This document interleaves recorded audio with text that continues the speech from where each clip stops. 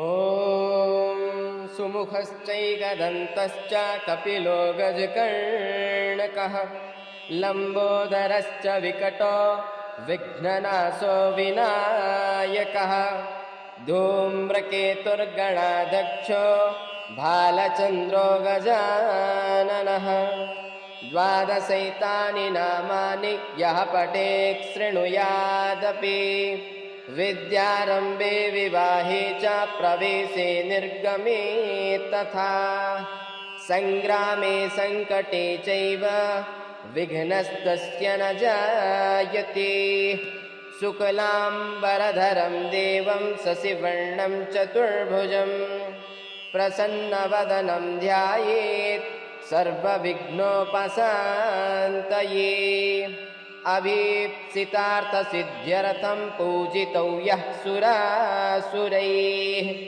सर्वविघ्नहरस्तस्मै गणाधिपतये नमः। सर्वमङ्गलमाङ्गल्ये शिवे सर्वार्थसाधिके शरण्ये त्र्यम्बके गौरि नारायणि नमोऽस्तुते। सर्वदा सर्वकार्येषु नास्ति तेषाममङ्गलम् येषां हृदयस्थो भगवान् मङ्गलायतनं हरिः।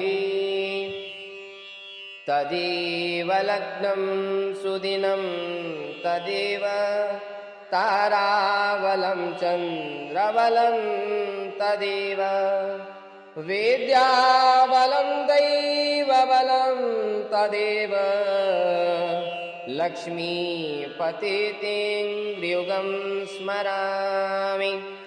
लाभस्तेषां जयस्तेषां कुतस्तेषां पराजयः येषामिन्देवरश्यामो हृदयस्थो जनार्दनः।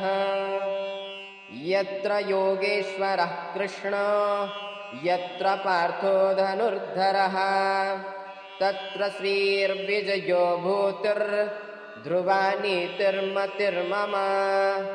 अनन्याश्चिन्तयन्तो मां ये जनाः पर्युपासते तेषां नित्याभियुक्तानां योगक्षेमं वहाम्यहम्। स्मृतिः सकलकल्याणं भाजनं यत्र जायते पुरुषं तमजं नित्यं व्रजामि शरणं हरिम्। सर्वे स्वारम्भकार्येषु त्रयस्त्रिभुवनेश्वराः देवादिशन्तु नः सिद्धिं ब्रह्मेशान जनार्दनाः।